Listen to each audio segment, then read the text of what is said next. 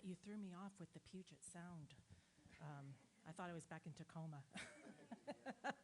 So thank you for that. Oops. Okay.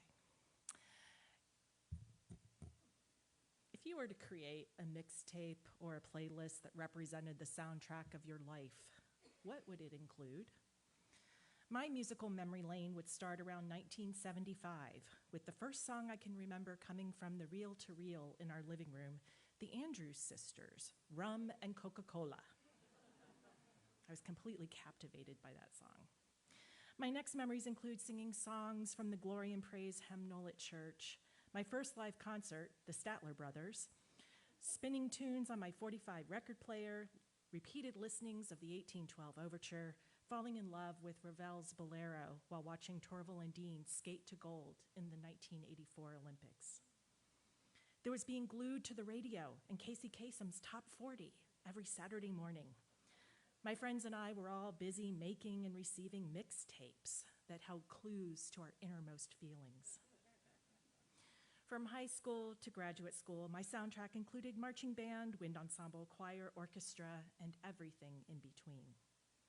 Over time, my musical tastes expanded to include U2, Lyle Lovett, Katie Lang, Peter Gabriel, Simon and Garfunkel, The Beatles, and most recently, no judgment please, Taylor Swift.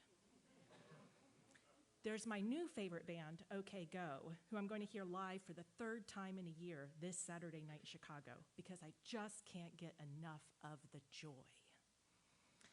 What I've shared here is just a tiny sliver of my personal soundtrack. Music serves as a thread through my memories and serves as proof of life. As I started ticking off these memories and artists, my guess is that some of them are shared by some of you. And what a beautiful thing that is.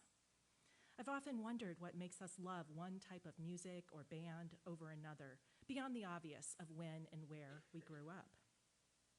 I always come back to the idea that the music we love creates literal resonance on a soul level. The tones, rhythm, tempo, color, and words match a personal frequency within each of us. And the fact that someone we've never met put those sounds together in such a way that speaks to us on an individual and collective level, it feels like a miracle. It's evidence that even amongst millions of people, there is a shared humanity. But, as it turns out, it's 2026, and we can skip all that messy being human stuff. Did you know that there's an AI-generated music composition tool called Ava that can generate your own personal soundtrack based on data points that you feed it? When I heard the founder enthusiastically talk about it during a TED Radio Hour podcast, I kind of felt sick to my stomach. The podcast host said that Ava had learned to emulate all sorts of composer styles, moods, themes, and tempos of different musical eras. The goal was to generate music that perfectly fit whatever a person wanted to hear. Just feed a computer a few prompts, and out pops a personalized composition. After all, why would you want to listen to music made for the masses when you could have it made according to your exact taste or mood, personality? I mean, who wouldn't love that? Me. I would not love that. AI music has no memories. It hasn't loved and lost and loved again. It has no nostalgia. It has no soul. Why would I give up the sense of interconnectedness, of common humanity and collective memory that music evokes across time and space? Why would I choose to lose the comfort of lyrics that help me feel not so alone? Why would I want to leave behind the thrill of being in the chorus at a concert full of raving fans, knowing that my heartbeat was likely matching theirs? What would I miss if I didn't give myself a chance to discover and like and dislike new music of all kinds?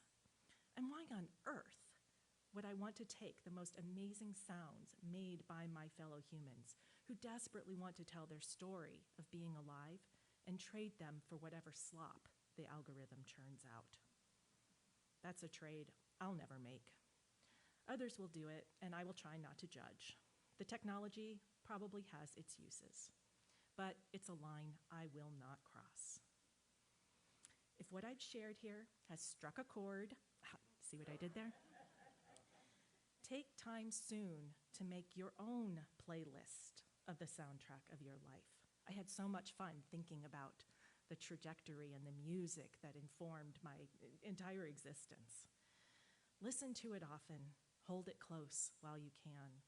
Let the memories flood you. In the moment of silence we're about to have, recall a piece of music that has deep meaning for you. Feel gratitude for the musicians who follow their muse and infuse their work with breath and heart. Go to live performances. This morning, as Matt shares his music that comes out of living a full and rich life, revel in the exchange of energy, the life-giving charge that comes from sharing our lovely language of music. Namaste.